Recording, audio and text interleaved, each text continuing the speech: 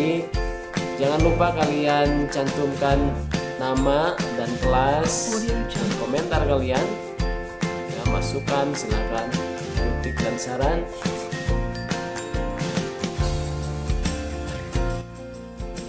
Assalamualaikum warahmatullahi wabarakatuh. Alhamdulillah bisa bertemu secara virtual. Kesempatan kali ini menjelang akhir semester, mudah-mudahan kalian tetap semangat ya untuk melalui semua proses pembelajaran termasuk pendidikan agama Islam.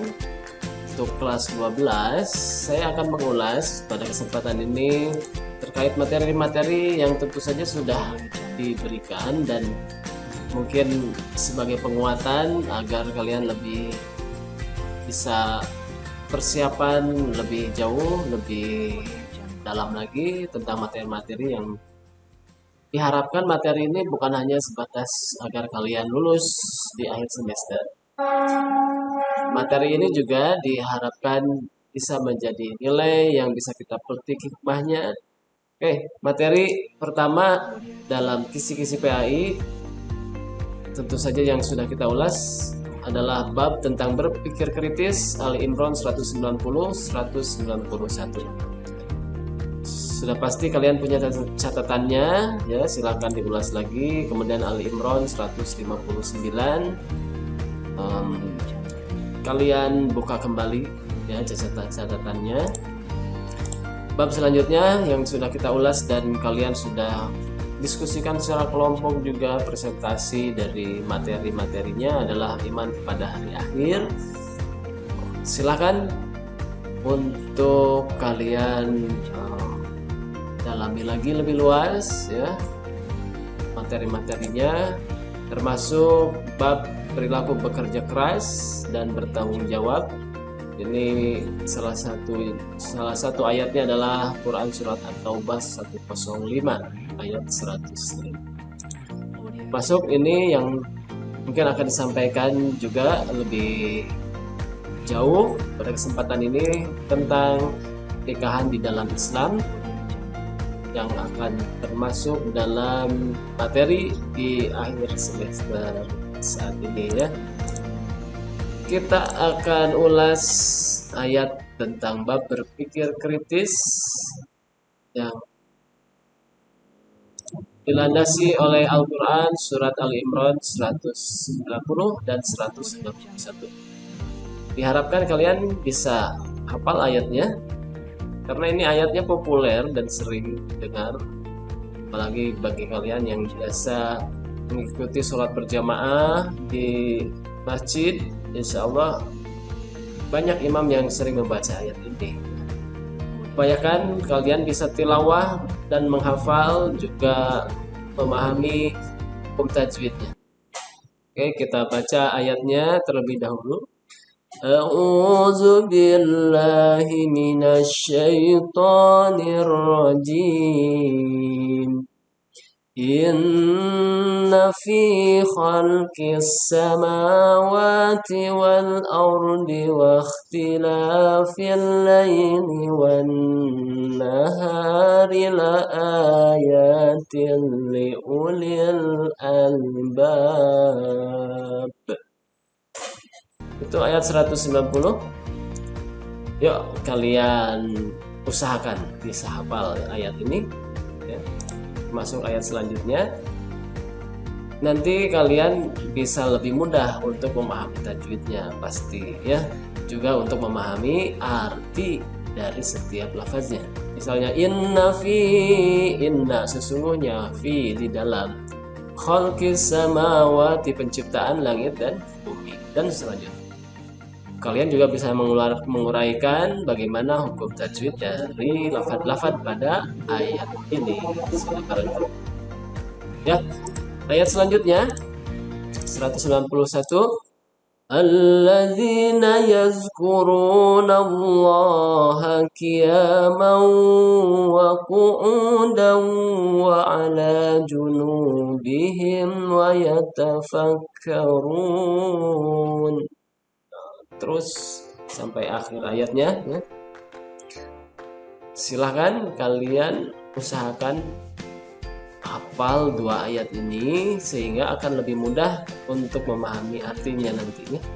Allazina yazkurunallaha, yaitu orang-orang yang senantiasa yazkuruna, berzikir, ingat kepada Allah Subhanahu wa taala. Sampai akhir ayatnya. Nah, sudah barang tentu kalian nanti akan mudah menguraikan arti dan juga hukum tajwid dari lafad-lafad yang ada pada ayat ini. Misalnya allazina, di situ ada tajwid, hukum tajwid alif lam syamsiyah. Zi dibaca 2 harokat mad tabi'i. Itu sudah akan lebih mudah apabila kalian bisa hafal ayatnya. Allah dibaca tebal. Apa itu hukum dari sisi persepsi tajwidnya ya. Isi kandungan ayat tersebut silahkan kalian ulas ya, seperti apa. Ayat ke-190 yang di situ Allah menggambarkan tentang penciptaan langit dan bumi sebagai tanda-tanda kekuasaan Allah bagi orang-orang yang berpikir. Kemudian ayat 191-nya Allah menunjukkan bahwa orang-orang yang berpikir itu adalah orang-orang yang senantiasa ingat kepada Allah. Yazkurunallaha qiyaman, berdiri, wa qu'udan, dan sedang duduk, wa ala junubihim, dan dalam kondisi berbaring.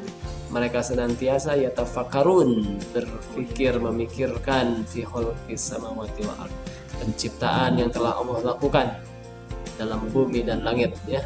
Wa yatafakkarun fi khalqis samawati wal ardh Rabbana ma khalaqta hadza batila. Silakan kalian hafalkan ayatnya. Kemudian Ali Imran 100 ayat ke 159. Di situ ada kekurangan tulisan ya. 159. Ada ayat yang saya tuliskan artinya saja, silakan nanti kalian cermati. Yang di garis hijau ini redaksi atau lafadznya yang mana? Kemudian yang di garis atau yang di warna merah artinya ini pada lafadz yang mana ya? Misal ada lafadz wasyawirhum fil amri. Nah, lafadz itu artinya pada yang di garis hijau, yang bercetak hijau atau yang dicetak merah atau biru atau ungu atau hitam. Atau misalnya ada kalimat lagi dari ayat itu, fa idza azamta fatawakkal 'ala Allah. Nah, itu artinya pada kalimat yang mana ya. Kemudian apa isi kandungan atau maksud dari lafaz tersebut? Ya, kalian ulas lebih lagi secara mandiri. Kemudian iman kepada hari akhir. Ya, ini sudah kita ulas. Di antaranya ada 2 kejadian dalam kiamat, yaitu kiamat sugro dan juga kiamat. Apa perbedaannya, bagaimana peristiwanya, silakan kalian ulas. Kemudian ada tahapan peristiwa di akhirat nanti ya. Ada hari kebangkitan yaumul ba'ats, ada hari dikumpulkannya manusia yaumul hasyr, ada hari ditimbangnya amal kebaikan dan keburukan yang disebut yaumul mizan. Kemudian ada hari perhitungan amal atau audit kebaikan dan keburukan setiap manusia yaumul hisab. Dan juga ada hari pembalasan dari setiap amal yang dilakukan manusia. Faman ya'mal misqala dzarratin khairan yarah wa may ya'mal misqala dzarratin syarran yarah. Semua perilaku, semua amal, semua aktivitas akan Allah berikan balasan. Sekecil apapun kebaikan akan ternilai dan diperoleh balasannya kelak. Kemudian bab tentang bekerja keras dan tanggung jawab atau bab 105. Ini landasan ayatnya tentang bekerja keras dan bertanggung jawab. Kalian bisa cermati apa isi kandungan ayat ini. Redaksinya seperti tertulis di layar ya, wa qul i'malu fasayarallahu 'amalakum wa rasuluhu wal mu'minun. Dan katakanlah wahai Muhammad, i'malu, bekerja keraslah kalian wahai umatku, maka sesungguhnya Allah akan melihat aktivitas kalian, amal kalian. Wa rasuluhu, dan juga rasulnya akan menyaksikan kalian juga. Wal mu'minuna, dan juga umat mukmin akan menjadi saksi apa yang kalian amalkan, apa yang kalian perbuat. Wasaturadduna ila alimil ghaibi, dan kalian akan dikembalikan suatu hari, suatu masa, suatu waktu kepada yang maha mengetahui segala yang gaib, wasyahadati, dan yang maha mengetahui segala yang nampak. Fayunabbi'ukum, maka kelak di hari akhirat nanti Allah akan kabarkan tentang semua yang telah engkau lakukan. Nah, inilah yang menjadi landasan kita harus mau beramal yang paling baik dan senantiasa bertanggung jawab di hadapan Allah Subhanahu. Kalian cari isi kandungan dari ayat ini seperti apa ya. Nilai bekerja keras yang patut kita lakukan, patut kita perlihatkan dalam setiap aktivitas kehidupan kita seperti apa. Sebagai pelajar, sebagai anggota keluarga, sebagai masyarakat, bagaimana tanggung jawab yang harus kita cerminkan dalam kehidupan. Silakan kalian pasti bisa lebih jauh memperluas lagi wawasan dengan referensi. Kemudian ini bab yang perlu kalian ulas juga tentang pernikahan di dalam Islam. Islam memiliki aturan-aturan tersendiri terkait dengan pernikahan. Semua aspek diatur di dalam kehidupan sesuai dengan syariat Islam. Landasan hukum dari pernikahan itu Quran Surat An-Nur 32 ya. Silakan kalian cari ayatnya, kemudian tulis artinya supaya lebih kuat lagi kalian hafal tentang maksud dari ayat ini ya. Kemudian dasar dari konstitusi negara kita juga berikan aturan jelas tentang pernikahan. Apa pernikahan dalam perspektif hukum konstitusi negara kita? Pernikahan dalam pasal 1 pada Undang-Undang Perkawinan, silakan kalian lihat ya. Perkawinan adalah ikatan lahir batin antara seorang pria dan seorang wanita sebagai suami istri dengan tujuan membentuk keluarga atau rumah tangga yang bahagia dan kekal berdasarkan ketuhanan yang maha. Landasan spiritual agama tetap menjadi dasar aktivitas pernikahan yang dilakukan. Kemudian pada pasal kedua, poin pertama disebutkan perkawinan adalah sah apabila dilakukan menurut hukum masing-masing agama. Di agama menjadi landasan yang paling utama dalam melangsungkan pernikahan. Tidak bisa tanpa aturan agama, tanpa hukum agama perkawinan dilangsungkan. Artinya bahwa perkawinan yang tidak berdasarkan dengan hukum agama yang dianut oleh masyarakat di Indonesia itu tidak bisa dibenarkan. Secara agama misalnya pernikahan sesama jenis itu haram, larang, maka secara hukum juga tidak bisa dilakukan. Dan itu termasuk perbuatan yang tentu saja tidak dibenarkan dan dalam agama kita merupakan perbuatan yang sangat keji ya, karena sudah melewati kodrat sebagai manusia, melewati atau melampaui batas-batas yang telah Allah tentukan untuk kita menjalani kehidupan. Kehidupan ini singkat, dan semua harus dipertanggungjawabkan, kan begitu. Kemudian poin keduanya, tiap-tiap perkawinan dicatat. Jadi makanya kita kenal ada petugas pencatat perkawinan di KUA, ada Bapak Lebe ya, atau Bapak Penghulu ya. Karena memang demikian diatur oleh negara agar setiap perkawinan tercatat dan demi juga kemaslahatan masyarakat itu sendiri. Nah, ini ayat yang masih terkait dengan pernikahan yang sering kita dengar biasanya dalam setiap prosesi pernikahan dibacakan ayat ini ya. Kalian silakan ulas seperti apa artinya ya. Ada isi kandungan ayat ini apa saja? Wa min ayatihi an khalaqalakum min anfusikum azwaja.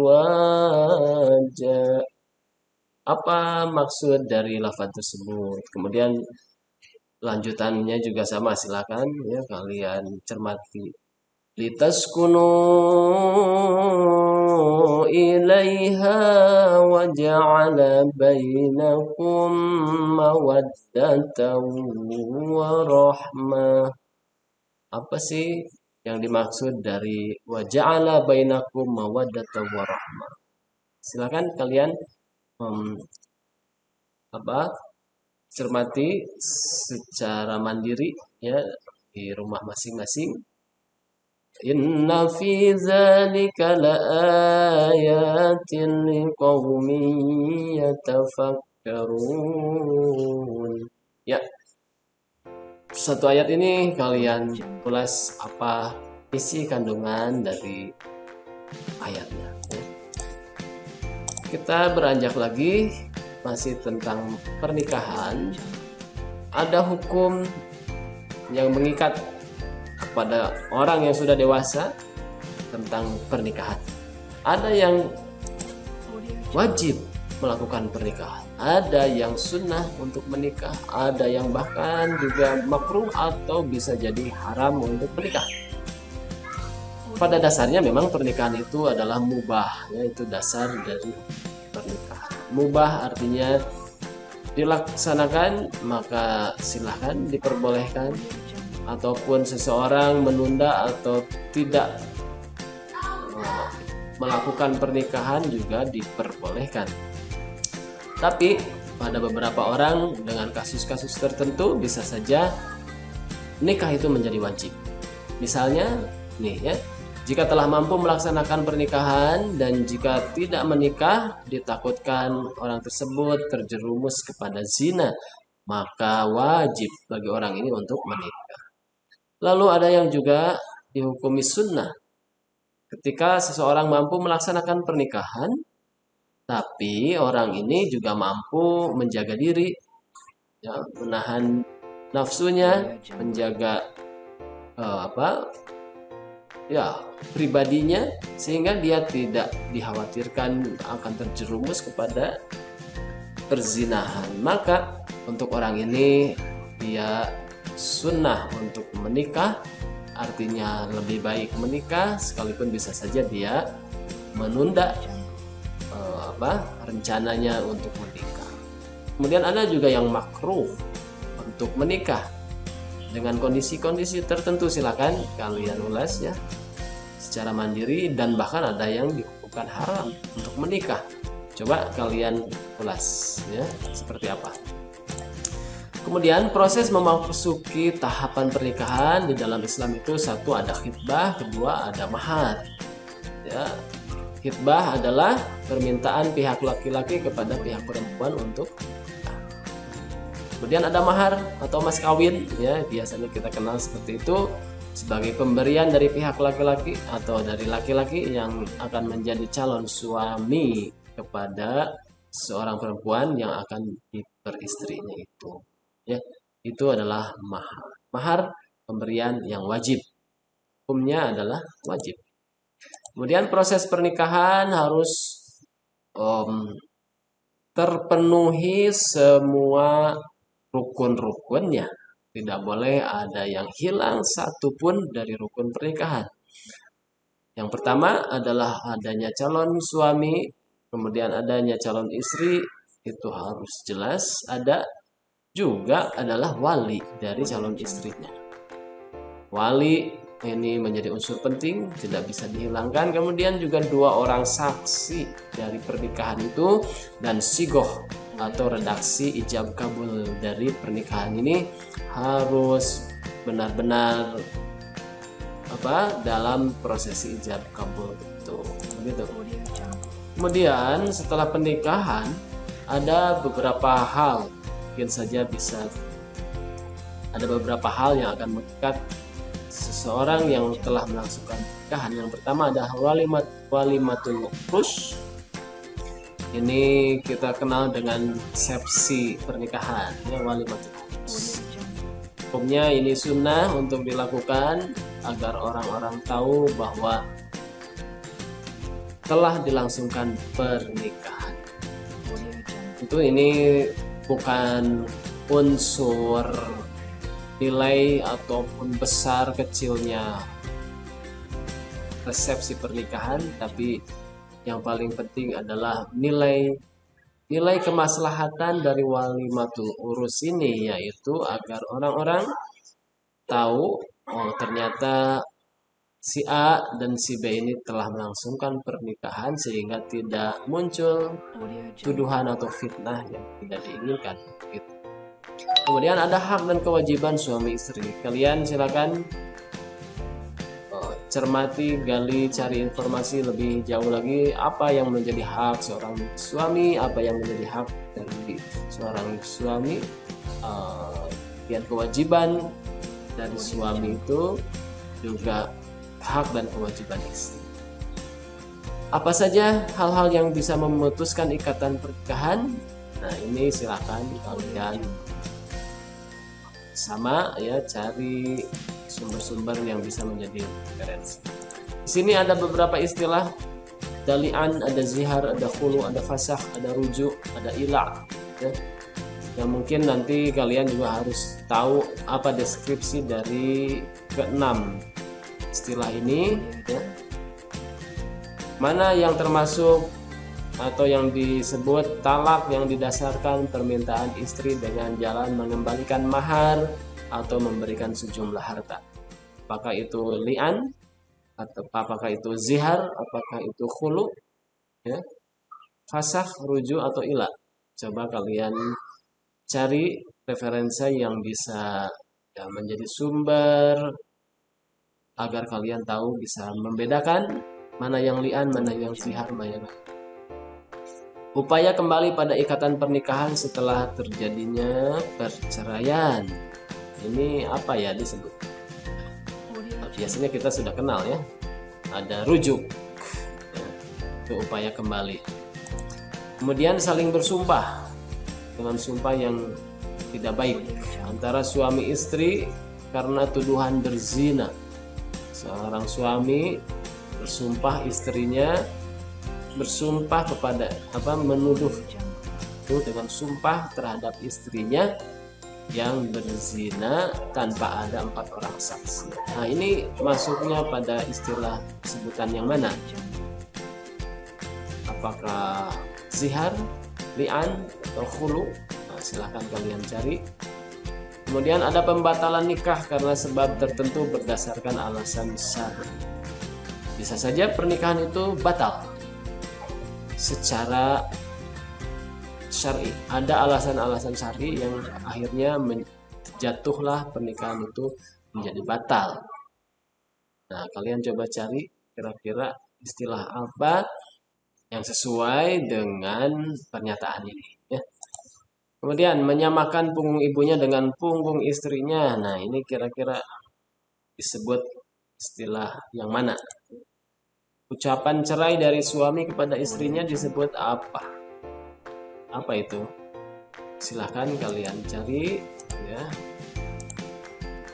Kemudian ini yang terakhir tentang perkembangan Islam di Nusantara. Ada proses masuk dan berkembangnya Islam di Indonesia dengan beberapa cara, ya. Melalui perdagangan, melalui perkawinan, melalui pendidikan, politik, kesenian, dan tasawuf. Coba kalian ulas ya secara mandiri bagaimana aspek perdagangan yang kemudian membawa Islam tersebar di Indonesia, bagaimana perkawinan yang kemudian juga menjadi faktor tersebarnya Islam di Indonesia, pendidikan yang kita kenal sudah jauh sekali berdiri banyak sarana-sarana pendidikan Islam bahkan sebelum kemerdekaan ya. Kita kenal dengan istilah pesantren. Ini adalah gambaran bagaimana Islam berkembang dari aspek pendidikan. Kemudian secara politik yang mungkin bisa kita lihat dari salah satunya bagaimana penyebaran Islam yang dilakukan oleh para wali songo. Kemudian ada kesenian juga ya, kita kenal juga bagaimana pendakwah Islam diantaranya yang tergabung dalam wali songo itu juga ada yang membawa corak dakwah melalui kesenian termasuk juga tasawuf. Nah ini wali songo yang sudah tentu kita kenal dengan berbagai corak dakwahnya, cara mereka masing-masing yang memiliki kekhasannya sendiri-sendiri dalam mendakwahkan Islam di berbagai wilayah di Jawa. Kita mengenal ada Sunan Gresik ya. Beliau membangun pondok belajar agama Islam Belerang. Kemudian ada Sunan Ampel yang mendirikan Masjid Agung Demak, mengangkat Raden Patah sebagai sultan pertama. Itu corak dakwah beliau. Kemudian juga ada Sunan Giri dengan corak dakwahnya tersendiri juga ya. Beliau menjadi penasihat dan panglima militer di Kesultanan Demak. Kemudian ada Sunan Bonang menyebarkan Islam melalui kesenian. Kemudian ada Sunan Derajat ya, yang membangun tempat dakwah di dalam Duwur. Kemudian Sunan Kalijaga, murid dari Sunan Bonang yang menyebarkan Islam di Cirebon. Kemudian ada Sunan Muria yang menyebarkan Islam di kalangan. Silakan kalian cermati bagaimana keteladanan dakwah dari para tokoh-tokoh wali songo ini.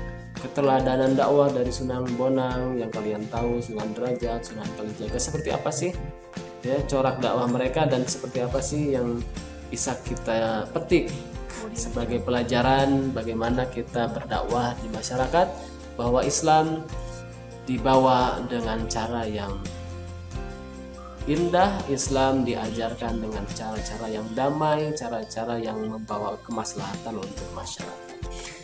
Itu anak-anak sekalian, uraian di akhir semester yang menjadi materi sepanjang satu semester ini, untuk diantaranya adalah untuk menjadi bahan penilaian akhir semester.